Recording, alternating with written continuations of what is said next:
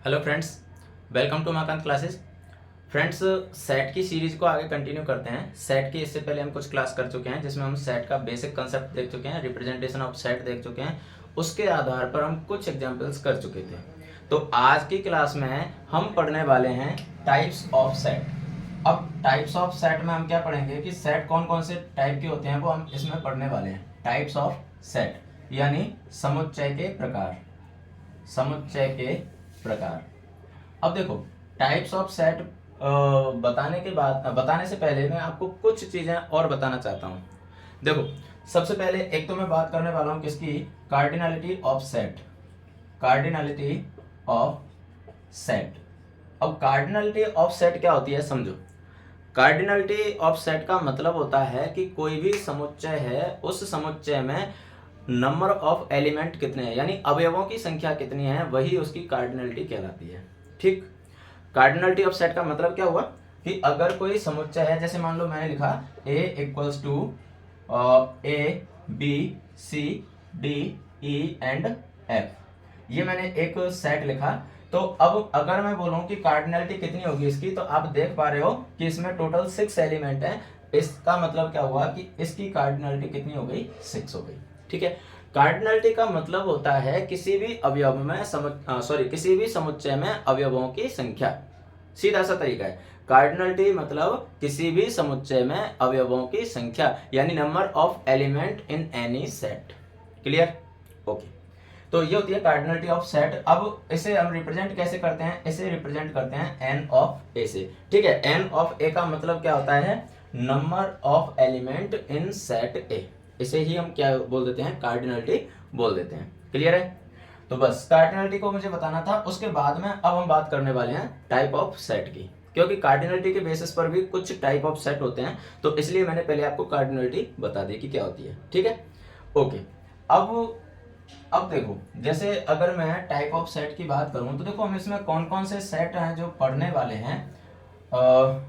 देखो, सबसे पहले हम पढ़ने वाले हैं null set. Null set. Null set को आप वॉइड सेट भी बोलते हो, वॉइड सेट।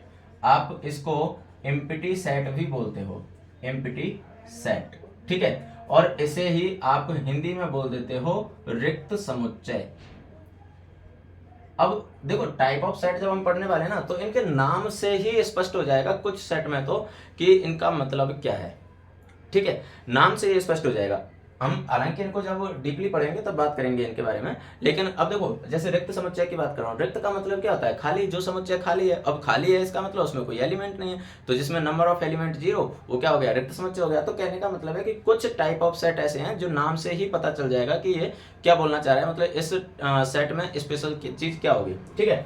उसके बाद में अगली हम बात करने वाले हैं किसकी, monotonic set. Monotonic set. Monotonic set क्या होता है, इसको हम कहते हैं एकल समुच्चय। एकल समुच्चय।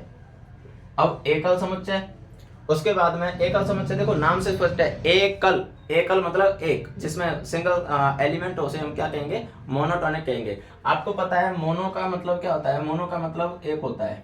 मोनो का मतलब क्या होता है, एक। आप केमिस्ट्री में भी पढ़ते हो, केमिस्ट्री में मोनो का मतलब क्या होता है, 1। भाई आप जैसे कार्बन मोनोऑक्साइड लिखते हो, तो कार्बन मोनोऑक्साइड का मतलब क्या है, कार्बन के साथ में सिंगल ऑक्सीजन जब बॉन्ड बनाती है तो वो कार्बन मोनोऑक्साइड होता है। जैसे ही आप कार्बन के साथ में ऑक्सीजन को डबल कर देते हो तो आपको इसको क्या बोल देते हो, कार्बन डाइऑक्साइड। तो दो को हम क्या बोल देते हैं, डाई, और एक को क्या बोलते हैं, मोनो। तो इसका मतलब है मोनोटोनिक। मोनोटोनिक यानी एकल समुच्चय। क्लियर है? तो आप दूसरे सब्जेक्ट से रिलेट कर सकते हो, कोई इशू नहीं है। जैसे आप अभी मैंने केमिस्ट्री से रिलेट करके बताया तो आप कर सकते हो। ठीक। ओके। उसके बाद में आगे हम बात करते हैं फाइनाइट सेट। Finite set. अब फाइनाइट सेट को हम हिंदी में बोल देते हैं परिमित समुच्चय। परिमित समुच्चय। अब परिमित समुच्चय क्या होता है, इसकी भी हम बात करेंगे। उसके बाद में आगे हम बात करने वाले हैं किसकी, इनफाइनाइट सेट। Infinite set. और इनफाइनाइट सेट का मतलब होता है अपरिमित समुच्चय। अपरिमित समुच्चय। उसके बाद में आगे हम बात करने वाले हैं किसकी, आगे हम बात करने वाले हैं इक्वल सेट। Equal set. यानी समान समुच्चय, समान समुच्चय। ठीक है, ये तो कुछ स्पेशल टाइप ऑफ सेट हो गए। उसके अलावा हम बात करने वाले हैं किसकी, जैसे देखो आगे हम बात करने वाले हैं जैसे सबसेट, और सबसेट को हिंदी में बोलते हैं उपसमुच्चय, उपसमुच्चय। जैसे आगे हम बात करने वाले हैं किसकी, सुपरसेट, सुपरसेट को हम बोलते हैं अधिसमुच्चय, अधिसमुच्चय। इसी में हम बात करेंगे किसकी, पावर सेट की। मैं अभी एक साथ आपको बता रहा हूं कि ये टाइप ऑफ सेट हैं जिनके बारे में हम बात करने वाले हैं, बाकी फिर एक एक को हम डिटेल्स में पढ़ेंगे। ठीक है, तो उसकी आप टेंशन ना लें। पावर सेट, पावर सेट को हम कहते हैं घात समुच्चय, घात समुच्चय। देखो आपको 11th क्लास वाले जो बच्चे इसको देख रहे हो तो उनको मैं एक चीज बता दूं, अभी जो सिलेबस रिड्यूस हुआ है ना, उस रिड्यूस्ड सिलेबस में पावर सेट को हटा दिया गया है। रिड्यूस्ड सिलेबस में only for 11th class. Competition में जो भी इनको देख रहे हैं क्लास को, तो उनके लिए तो सभी इंपॉर्टेंट हैं। मैं सिर्फ 11th क्लास वाले बच्चों को बोल रहा हूँ कि अभी जो रिड्यूस सिलेबस हुआ है उसमें से पावर सेट को आपके सिलेबस में से हटा दिया है, लेकिन फिर भी आपको इसे पढ़ना है। क्यों पढ़ना है उसका रीजन मैं बताऊंगा। बहुत सारी जगह पावर सेट का यूज होगा। अब अगर आप यहाँ पर पावर सेट को नहीं पढ़ोगे तो फिर आप वहाँ पर इसको यूज कैसे कर पाओगे। जैसे अब आपको पता है कि रिलेशन और फंक्शन वाला जो टॉपिक है वो पूरा का पूरा सेट पर डिपेंड है, वहाँ पर पावर सेट का काफी यूज होगा। तो इसलिए आपको पावर सेट को पढ़ना है, भले ही रिड्यूस कर दिया लेकिन तब भी पढ़ना है। क्लियर है, ओके। उसके बाद में आगे मैं बात करने वाला हूँ किसकी, यूनिवर्सल सेट, यूनिवर्सल सेट। और यूनिवर्सल सेट को हम कहते हैं सार्वत्रिक समुच्चय, सार्वत्रिक समुच्चय। ठीक है, उसके अलावा मैं बात करने वाला हूं डिसजॉइंट सेट, डिसजॉइंट सेट। ठीक, तो इस तरह से मतलब और भी कुछ सेट होंगे, तो इस तरह से हम इनकी बात करने वाले हैं, एक एक करके सभी को हम डीपली पढ़ने वाले हैं। तो अभी तो मैंने टाइप ऑफ सेट में कुछ टाइप्स ऑफ सेट मैंने आपको बताए हैं जो हम पढ़ने वाले हैं। जैसे हमने कितने की बात की है, 1 2 3 4 5 6 7 8 9 और 10 टाइप ऑफ सेट की हमने बात की है। तो उसके अलावा भी कुछ और टाइप होंगे जो हम देखने वाले हैं। ठीक है, चलिए तो एक एक से स्टार्ट करते हैं और एक एक को थोड़ा सा डीपली पढ़ना स्टार्ट करते हैं। ठीक, तो सबसे पहले तो हमारा जो टाइप ऑफ सेट है, null set, void set, empty set या रिक्त समुच्चय, उसी के बारे में बात कर लेते हैं। ठीक, तो सबसे पहले अपनी हेडिंग क्या रहेगी, रिक्त समुच्चय, रिक्त समुच्चय या एम्प्टी सेट, एम्प्टी सेट या जीरो सेट या नल सेट या वॉइड सेट, ये सारे के सारे एक ही चीज के नाम हैं। आप रिक्त समुच्चय कहो, आप एम्प्टी सेट कहो, आप जीरो सेट कहो, आप नल सेट कहो, आप वॉइड सेट कहो, सभी का मतलब एक ही होता है। अब नल सेट या एम्प्टी सेट, इसका क्या मतलब है समझो। देखो जैसे फॉर एग्जाम्पल मैंने लिखा a equals to x such that x belongs to capital N and, या चलो मैं ऐसे लिख देता हूं, x इक्वल्स टू 2n और n belongs to capital N, n is less than 2 और ग्रेटर देन 7। जैसे मैंने ये एक सेट लिखा है, देखो ये मैंने एक सेट लिखा है x such that x equals to 2n। अब 2n से तो हम सेट बना सकते हैं, कोई प्रॉब्लम नहीं है, यहां तक तो प्रॉब्लम नहीं है। n belongs to capital N, यहां तक भी प्रॉब्लम नहीं है। प्रॉब्लम यहां क्रिएट हो गई, देखो मैंने क्या लिखा है, 7 less than n less than 2। इसका मतलब है कि हमें ऐसा सेट ढूंढना है जो 7 से तो मतलब n की ऐसी वैल्यू ढूंढनी है जो 7 से तो क्या हो, बड़ी हो। क्लियर है, 7 से तो बड़ी हो और 2 से क्या हो, छोटी हो। क्या कोई ऐसी वैल्यू पॉसिबल है कि 7 से तो बड़ी हो और 2 से छोटी हो? पॉसिबल ही नहीं है, पॉसिबल नहीं है। इसका मतलब मैं क्या कह सकता हूँ, इसका मतलब मैं कह सकता हूँ कि जो ए सेट है वो कैसा है, खाली सेट है, इसके अंदर कोई एलिमेंट आ ही नहीं सकता, कोई ऐसा कोई एलिमेंट पॉसिबल ही नहीं है जो इस कंडीशन को फॉलो कर सके। क्लियर है भाई, ऐसा कैसे पॉसिबल है, क्योंकि 7 तो बड़ा नंबर है और 2 छोटा नंबर है, तो 7 से बड़ा हो कोई और 2 से छोटा हो, ये चीज तो पॉसिबल ही नहीं है ना। तो जो मैं आपको इंडिविजुअली या आपको एकदम आसान भाषा में बोलूं तो जब आपने प्रोबेबिलिटी पढ़ी होगी ना, प्रायिकता जब पढ़ी होगी, तो प्रोबेबिलिटी में आपने इम्पॉसिबल इंसिडेंट पढ़े होंगे। इम्पॉसिबल चीजें जो है ना वो सारे के सारे इसमें जाएंगे नल सेट में, क्लियर है, या एम्प्टी सेट में या रिक्त समुच्चय में। कहने का मतलब है जो चीजें पॉसिबल नहीं है भाई, यहाँ पर देखो पॉसिबल नहीं है ये चीज कि 7 से बड़ा कोई नंबर हो और 2 से छोटा कोई नंबर हो, तो ये चीजें पॉसिबल नहीं है। पॉसिबल नहीं है तो ये क्या हो गया, रिक्त समुच्चय सॉरी, रिक्त समुच्चय हो गया, एम्प्टी सेट हो गया। अब रिक्त समुच्चय को रिप्रेजेंट कैसे करते हैं, तो देखो रिक्त समुच्चय को आप ऐसे रिप्रेजेंट कर सकते हो भाई, ब्रैकेट कर्ली ब्रैकेट के अंदर आप सेट बनाते हो और उसके अंदर कोई एलिमेंट नहीं है, तो आप ऐसे इसको रिप्रेजेंट कर सकते हो। इसी को आप रिप्रेजेंट कर सकते हो किससे, फाई से, फाई से रिप्रेजेंट कर सकते हो। इसे हम बोलते हैं फाई, ठीक है, इसे हम क्या बोलते हैं, फाई बोलते हैं। और ये एम्प्टी सेट या रिक्त समुच्चय को रिप्रेजेंट करने का एक तरीका होता है। लेकिन अब ध्यान रखने वाली बात क्या है, ध्यान रखने वाली बात यह है कि कभी भी गलती से ऐसे मत कर देना कि यहाँ पर आपने कर्ली ब्रैकेट बनाया और उसके अंदर फाई कर दिया, ये रिक्त समुच्चय नहीं है। क्यों नहीं है रिक्त समुच्चय, क्योंकि यहाँ पर क्या हुआ, यहाँ पर ये कर्ली ब्रैकेट के अंदर फाई आ गया, इसका मतलब हुआ कि ए का कोई एलिमेंट है जो फाई है, इसलिए ये रिक्त समुच्चय नहीं होगा। ये कौन सा समुच्चय हो जाएगा, ये हो जाएगा मोनोटोनिक, मोनोटोनिक, क्लियर है। तो ये चीज विशेष ध्यान रखने वाली है कि आप रिक्त समुच्चय को या एम्प्टी सेट को फाई से रिप्रेजेंट कर सकते हो, अकेले फाई से, या आप इसे खाली कर्ली ब्रैकेट से रिप्रेजेंट कर सकते हो, लेकिन कर्ली ब्रैकेट के अंदर कोई एलिमेंट नहीं होना चाहिए, भले ही वो फाई ही क्यों ना हो, ठीक। आप इसे ऐसे भी रिप्रेजेंट नहीं कर सकते कि आपने ए लिखा और इधर कर्ली ब्रैकेट में क्या बना दिया आपने, जीरो, नहीं बना सकते, क्योंकि जीरो तो कोई एलिमेंट हो सकता है इसका सॉरी, जीरो तो इसका कोई एलिमेंट हो सकता है, तो इसलिए ये क्या हो गया, मोनोटोनिक हो जाएगा। तो इसको रिक्त समुच्चय को रिप्रेजेंट करने के दो ही तरीके हैं, और वो क्या है कि या तो आप खाली कर्ली ब्रैकेट बनाओ या फिर आप केवल फाई बनाओ, क्लियर है। फाई एक ग्रीक लेटर होता है, तो जैसे आप थीटा बनाते हो तो थीटा कैसे बनाते हो, थीटा तो ऐसे बनाते हो, है ना, जनरली आप थीटा ऐसे क्यू की टाइप में बना देते हो। और फाई कैसे बनता है, फाई ऐसे बना के, मतलब आप एलिप्स बनाओ, इस एलिप्स को ऐसे क्रॉस कर दो, ये फाई होता है। फाई का मतलब होता है जीरो, खाली या कुछ नहीं, जीरो तो नहीं कह सकते, मतलब खाली या एम्प्टी या कुछ नहीं, ठीक है। तो उम्मीद करता हूं कि रिक्त समुच्चय आपकी समझ में आ चुका होगा, ठीक है। इसके हम कुछ एग्जाम्पल्स और भी लेंगे तो उससे और भी अच्छे से समझ में आ जाएगा। अभी मैंने केवल इनके इंट्रो दे रहा हूँ, फिर जब हम एग्जाम्पल और क्वेश्चन लेंगे ना, तो ये हर टाइप के हम कुछ एग्जाम्पल्स और कुछ क्वेश्चंस लेने वाले हैं, तो उससे आपके और अच्छे से ये कवर अप हो जाएंगे, क्लियर। तो ये था आपका रिक्त समुच्चय। उसके बाद में आगे हम बात करने वाले हैं किसकी, मोनोटोनिक सेट यानी एकल समुच्चय की।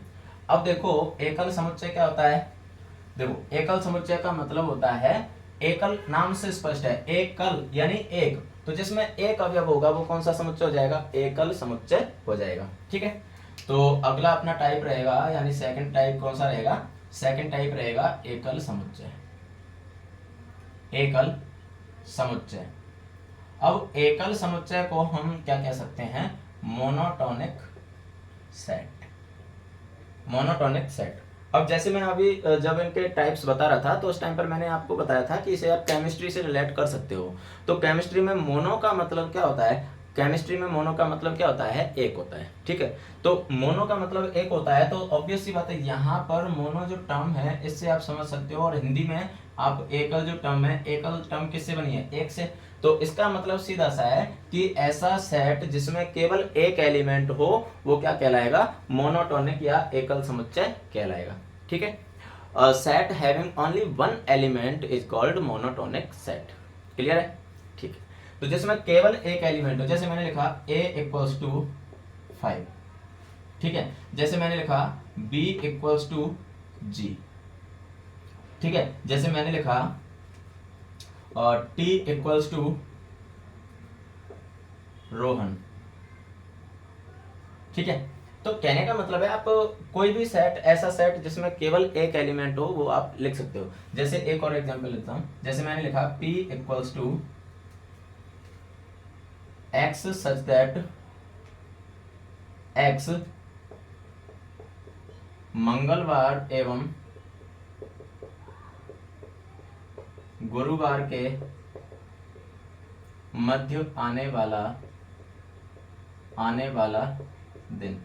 अब आपको पता है कि मंगलवार और मंगलवार और गुरुवार इन दोनों के बीच में तो केवल एक ही दिन आता है, कौन सा, बुधवार। तो दोनों के मध्य में आने वाला दिन कौन सा हो गया, बुधवार। तो एक ही एलिमेंट इसमें, तो ये क्या हो गया, मोनोटोनिक सेट हो गया। इंग्लिश मीडियम वाले नाराज ना हो भाई। X such that x is day between Tuesday and Thursday. Clear है। तो अब इसको आप अगर टेबुलर फॉर्म में लिखोगे तो क्या हो जाएगा, ये वेंसडे। ठीक है, क्लियर है। तो इस तरह से मोनोटोनिक सेट का मतलब होगा ऐसा सेट जिसमें केवल एक ही एलिमेंट हो, उसे हम क्या कहेंगे, मोनोटोनिक सेट या एकल समुच्चय कहते हैं। क्लियर है।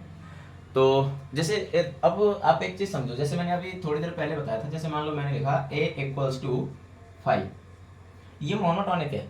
5 का मतलब होता है रिक्त, लेकिन वो कर्ली ब्रैकेट के अंदर आ गया तो इसका मतलब है कि इस सेट A में 5 एक एलिमेंट है। अब यहाँ पर रिक्त का मतलब ये नहीं है कि A सेट एम्प्टी सेट हो गया, नहीं, अब ये एम्प्टी नहीं है, क्योंकि यहाँ पर जो 5 आ रहा है वो 5 इसका एक एलिमेंट हो गया।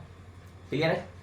ओके, तो ये मैं उम्मीद कर रहा हूँ कि आपका एकल समुच्चय या मोनोटोनिक सेट भी क्लियर हो चुका होगा। ठीक, ओके। अब हम बात करते हैं किसकी, अब हम बात करते हैं फाइनाइट और इनफाइनाइट सेट, यानी परिमित और अपरिमित समुच्चयों की। ठीक है, तो देखते हैं परिमित और अपरिमित समुच्चय क्या होते हैं। देखो आज की क्लास में मैं सभी टाइप ऑफ सेट को नहीं बताने वाला हूं, क्योंकि अगर मैंने सारे एक साथ बता दिए तो फिर आप कंफ्यूज हो जाओगे। तो मैं कुछ टाइप ऑफ सेट बताऊंगा, फिर उनके कुछ एग्जांपल्स करेंगे, फिर अगले टाइप ऑफ सेट बताऊंगा मैं। ठीक है, तो देखो आज अगला हमारा जो रहेगा, फर्स्ट और सेकंड दो कर लिया हमने, तो थर्ड और फोर्थ में एक साथ ले लेता हूँ। ठीक है, थर्ड और फोर्थ ये दोनों को मैं एक साथ ले लेता हूँ। परिमित एवं अपरिमित समुच्चय, यानी finite and infinite set, finite and infinite set. अब देखो नाम से स्पष्ट है, फाइनाइट एंड इनफाइनाइट। फाइनाइट का हो या परिमित का हो, परिमित का मतलब क्या होता है, परिमित का मतलब क्या होगा, सीमित। मतलब सीधा सा है कि ऐसा सेट जिसमें अवयवों की संख्या क्या हो, सीमित हो। ऐसा सेट जिसमें अवयवों की संख्या क्या हो, सीमित हो। परिमित का मतलब क्या होता है, सीमित संख्या में, भाई एक लिमिट हो उनकी। तो परिमित का मतलब होगा the set having a finite number of elements. The set having finite number of elements is called finite set. आप ये भी बोल सकते हो कि जिसमें एक लिमिट में, कुछ लिमिट में अगर सेट है तो वो क्या है, फिर फाइनाइट है। और अपरिमित का मतलब क्या हो गया, जिनकी कोई लिमिट नहीं है, इनफाइनाइट तक चलते जा रहे हैं, इनफाइनाइट तक चलते जा रहे हैं, तो इनफाइनाइट सेट हो गए। क्लियर है। तो जैसे देखो मैं इसके कुछ एग्जांपल्स देता हूँ। जैसे मान लो मैंने लिखा a इक्वल्स टू 2 4 6 8 10 12 एंड 14, ये मैंने एक सेट लिखा। एक मैंने सेट लिखा b equals to 2 4 6 8 10 12 14 and so on. अब ये दो सेट लिखे मैंने। अब आप एक चीज समझना, यहां पर ए में आपको पता है कि अगर मैं कार्डिनलिटी की बात करूं कि ए में कितने एलिमेंट्स हैं, तो देखो 1 2 3 4 5 6 7, इसका मतलब सीधा सा है कि इसमें कितने एलिमेंट हैं, 7 एलिमेंट हैं। लेकिन अगर मैं बात करूं बी की, तो बी में कितने एलिमेंट हैं, 1 2 3 4 5 6 7 एंड सो ऑन। अब एंड सो ऑन का मतलब क्या है, ये आगे कंटिन्यू चलते जाएंगे। भाई 14 के बाद में 16 18 20 22 एंड सो ऑन, कंटिन्यू चलते जाएंगे, तो ये तो कभी खत्म नहीं होंगे। इसका मतलब इसमें नंबर ऑफ एलिमेंट कितने हो गए, इनफाइनाइट। तो इसका मतलब सीधा सा ये हुआ कि ये तो कौन सा सेट हो गया, फाइनाइट सेट हो गया, और ये कौन सा सेट हो गया, इनफाइनाइट सेट हो गया, इनफाइनाइट सेट हो गया। क्लियर है। तो जिसके, अब सीधी भाषा में बोलूं तो ऐसा सेट जिसके एलिमेंट को हम गिन सकते हैं। ठीक है, जिसके एलिमेंट्स को हम गिन सकते हैं, या उसके एलिमेंट्स को हम एक संख्या में, फिक्स संख्या में बता सकें कि भाई इसमें इतने एलिमेंट हैं, वो तो क्या हो गया, फाइनाइट सेट हो गया। और जिसके एलिमेंट को हम काउंट नहीं कर पा रहे हैं, वो कौन सा हो गया, इनफाइनाइट सेट हो गया। क्लियर है, उसे हम क्या कह देंगे, इनफाइनाइट सेट कह देंगे। जैसे अगर मैं बात करता हूं, मान लो सेट ऑफ नेचुरल नंबर, तो सेट ऑफ नेचुरल नंबर क्या होता है, 1 2 3 एंड सो ऑन। तो अब एंड सो ऑन मतलब ये टुवर्ड्स इन्फिनिटी, ये कहाँ तक टेंड्स करेंगे, इन्फिनिटी के इन्फिनिटी तक। तो इसका मतलब सीधा सा है कि ये कौन सा सेट हो गया, इनफाइनाइट सेट हो गया। क्लियर है। लेकिन अगर मान लो मैंने कह दिया natural number set of natural number less than 100, तो अगर मैंने ये बोल दिया कि set of natural number less than 100, अब ये कौन सा हो गया, इनफाइनाइट सेट हो गया। भले ही इसके बीच में एंड सोन आप लगा दो, जैसे आप 1 2 3 एंड सोन एंड 99, तो ये जो सेट है वो कौन सा है, इनफाइनाइट है, क्योंकि इसकी एक बाउंड्री फिक्स है। देखो यहाँ से 1 से स्टार्ट हो रहा है और 99 पर ये एंड हो रहा है, तो इसका मतलब इसकी बाउंड्री फिक्स है। और हमें पता है इसमें नंबर ऑफ एलिमेंट कितने हैं, 99 एलिमेंट हैं इसमें। तो इसका मतलब ये सेट तो कौन सा है, फाइनाइट है, जबकि ये सेट कौन सा है, ये इनफाइनाइट सेट है। क्लियर है। तो जहां तक मैं उम्मीद कर पा रहा हूं कि अब आप इन दोनों को भी समझ चुके होंगे। सीधा सा तरीका है कि एलिमेंट्स को काउंट करके देख लो, जिसके एलिमेंट्स को आप काउंट कर पा रहे हो कि भाई इसमें नंबर ऑफ एलिमेंट इतने हैं, वो तो हो गया फाइनाइट। जिसमें एलिमेंट्स को आप काउंट नहीं कर पा रहे हो कि भाई इसमें कितने एलिमेंट होंगे, एंड सोन लगा हुआ है, आप बोल रहे हो कि इसमें तो इनफाइनाइट एलिमेंट होंगे, वो क्या हो गया, वो हो गया इनफाइनाइट सेट। अब यहाँ से एक चीज और समझने वाली है कि अगर मैं इन दोनों टाइप्स पर बेस्ड मैं पूछूं कि मोनोटोनिक जो सेट था अपना वो कौन सा सेट होगा इनमें से, तो ऑब्वियस सी बात है भाई मोनोटोनिक में तो एक ही एलिमेंट होता है, इसलिए वो कौन सा हो जाएगा, इसमें फाइनाइट सेट हो जाएगा, यानी परिमित समुच्चय हो जाएगा। क्लियर है। ओके, तो आज की क्लास में हम एक टाइप की और बात करने वाले हैं, फिर उसके बाद में बचे हुए जो सेट हैं उनकी बात हम करेंगे अगली क्लास में, लेकिन उससे पहले हम कुछ करेंगे क्वेश्चंस। ठीक है। तो आज का जो टाइप होगा वो लास्ट टाइप होगा, और वो कौन सा होगा, इक्वल सेट यानी समान समुच्चय। अब देखो समान समुच्चय क्या होता है, इक्वल सेट क्या होता है, समझे। देखो अगली बात करने वाला हूं मैं समान समुच्चय, और समान समुच्चय को हम क्या कहते हैं, इक्वल सेट कहते हैं, इक्वल सेट। देखो समान समुच्चय का मतलब होता है कि दो ऐसे समुच्चय जिनमें नंबर ऑफ एलिमेंट इक्वल हो, साथ में एलिमेंट भी सेम हो, तो वो क्या होंगे, समान समुच्चय होंगे। अब समझो, एग्जांपल से समझते हैं। देखो जैसे मान लो मैंने लिखा a इक्वल्स टू AEIOU, ये मैंने एक सेट लिखा। दूसरा मैंने सेट लिखा b इक्वल्स टू UOIEA, ये मैंने दूसरा सेट लिखा। अब मैं पूछूं कि क्या a और b इक्वल हैं, क्या a और b इक्वल हैं, ये मैंने पूछा कि क्या a और b इक्वल हैं।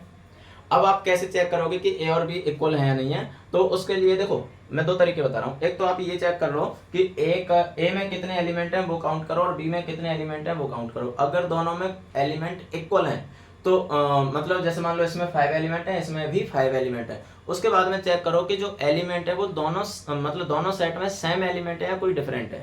अगर सेम एलिमेंट है तो वो इक्वल सेट होगा, अदरवाइज तो नहीं होगा। अब देखो जैसे इसमें 5 एलिमेंट है, इसमें भी 5 एलिमेंट है। अब आप ये चेक करो कि जो ए के एलिमेंट हैं क्या सारे के सारे वही एलिमेंट बी के हैं। सीक्वेंस भले कुछ भी हो, सीक्वेंस मैटर नहीं करेगा। ठीक है। तो देखो यहाँ पर ए है, यहाँ भी ए है, यहाँ ई है, यहाँ भी ई है, यहाँ आई है, यहाँ भी आई है, यहाँ ओ है, यहाँ भी ओ है, यहाँ यू है, यहाँ भी यू है। कहने का मतलब क्या हुआ कि ए का प्रत्येक एलिमेंट बी में है प्लस बी का प्रत्येक एलिमेंट ए में है। तो कहने का मतलब है कि दो सेट समान सेट कब होंगे, समान समुच्चय कब होंगे, इक्वल सेट कब होंगे, जब ए का प्रत्येक समुच्चय बी ए का प्रत्येक एलिमेंट बी में हो, बी का प्रत्येक एलिमेंट किसमें हो, ए में हो, तो वो क्या कहलाते हैं, इक्वल सेट कहलाते हैं। तो अब मैं कह सकता हूं कि yes A and B are equal, yes A and B are equal. Clear है, क्योंकि इनकी कार्डिनलिटी भी इक्वल है, साथ में एलिमेंट्स भी सेम है, तो इसलिए ये क्या हो गए, समान समुच्चय हो गए। लेकिन अगर मान लो मैंने कह दिया a equals to A B C और डी, और b equals to C D E और एफ, तो अब ये समान समुच्चय नहीं हुए। क्यों नहीं हुए, देखो अगर आप कार्डिनलिटी की बात करोगे तो यहाँ पर कितने एलिमेंट हैं, 4 हैं, यहाँ भी कितने एलिमेंट हैं, 4 हैं, यहाँ तक तो प्रॉब्लम नहीं आई। देखो यहाँ पर क्या है, सी है, यहाँ भी सी है, कोई प्रॉब्लम नहीं है, यहाँ डी है, यहाँ भी डी है, यहाँ तक भी प्रॉब्लम नहीं है। लेकिन यहाँ क्या है, बी है, और यहाँ भी तो, यहाँ तो बी है ही नहीं। यहाँ क्या है, ए है, तो यहाँ तो ए है ही नहीं। यहाँ ई है लेकिन यहाँ ई है ही नहीं। यहाँ एफ है लेकिन यहाँ तो एफ है ही नहीं। तो इसका मतलब है कि A not equals to B। Clear है। एक और लास्ट एग्जांपल मैं देता हूं, जैसे मान लो मैंने लिखा P equals to A B और C, Q इक्वल्स टू मैंने लिखा A B C और D। अब देखो इसकी कार्डिनलिटी तो कितनी है 3 और इसकी कार्डिनलिटी कितनी है 4, तो वैसे ही इक्वल नहीं हुआ है ना, क्योंकि कार्डिनलिटी ही इक्वल नहीं है, कार्डिनलिटी इक्वल नहीं है तो ये इक्वल सेट नहीं होंगे। और ऐसे भी चेक कर सकते हो, देखो यहाँ पर A है, यहाँ A है, कोई प्रॉब्लम नहीं है, यहाँ B है, यहाँ भी B है, कोई प्रॉब्लम नहीं है, यहाँ C है, यहाँ भी C है, कोई प्रॉब्लम नहीं है। लेकिन यहाँ पर D है जो यहाँ पर नहीं है, Q में D है लेकिन P में नहीं है, इसलिए P not equals to Q। Clear है, P not equals to Q। तो ये हमने कुछ टाइप ऑफ सेट की बात की थी और मैं उम्मीद कर रहा हूं कि ये टाइप ऑफ सेट आपकी समझ में आए भी होंगे। तो चलिए फिर आज की क्लास को तो यहाँ पर खत्म करते हैं, और कल की क्लास में ये जो हमने टाइप ऑफ सेट पढ़े हैं इन पर बेस्ड कुछ क्वेश्चंस हम पहले करेंगे, उसके बाद में अगले टाइप ऑफ सेट की हम बात करेंगे। ठीक है, तो चलिए आज की क्लास को यहाँ पर खत्म करते हैं और मिलते हैं कल की क्लास में नए जोश, नए जुनून, नई एनर्जी के साथ में। देखो आप लोगों से मुझे एक हेल्प तो चाहिए बेटा। देखो आपको यहाँ से सारा कुछ फ्री ऑफ कॉस्ट मिल रहा है, आपका कोई भी चार्ज यहाँ पर नहीं लग रहा है, हम आपके लिए इतनी मेहनत कर रहे हैं और नो डाउट कि एक एक कंसेप्ट को मैं पूरी कोशिश कर रहा हूँ कि आपको अच्छे से समझा पाऊँ। मैंने ये चीज़ कभी नहीं बोली है कि आप लाइक करो, शेयर करो, सब्सक्राइब करो, और क्योंकि मुझे भी पता है कि मेरा भी टाइम प्रीशियस है और आपका भी टाइम प्रीशियस है, तो इसके लिए मुझे डेली नहीं बोलने की ज़रूरत नहीं है। लेकिन अब इतनी उम्मीद तो रख ही सकते हैं कि जब हम आपके लिए इतनी मेहनत कर रहे हैं तो आप खुद से ही दोस्तों में इसे शेयर करें और लाइक भी करें, और अगर नए हैं तो सब्सक्राइब करें। तो इतनी उम्मीद तो हम भी रख सकते हैं और डिजर्व भी करते हैं हम इतनी उम्मीद, क्योंकि जब आपके लिए मेहनत कर रहे हैं और वो भी बिना किसी लालच के, तो इतना तो डिजर्व करते ही हैं। चलिए तो आज की क्लास को खत्म करते हैं और मिलते हैं कल की क्लास में नए जोश, नए जुनून, नई एनर्जी के साथ में। तब तक के लिए हंसते रहिए, मुस्कुराते रहिए, पढ़ते रहिए, खेलते रहिए और सफलता की ओर बढ़ते रहिए। Bye bye, thank you.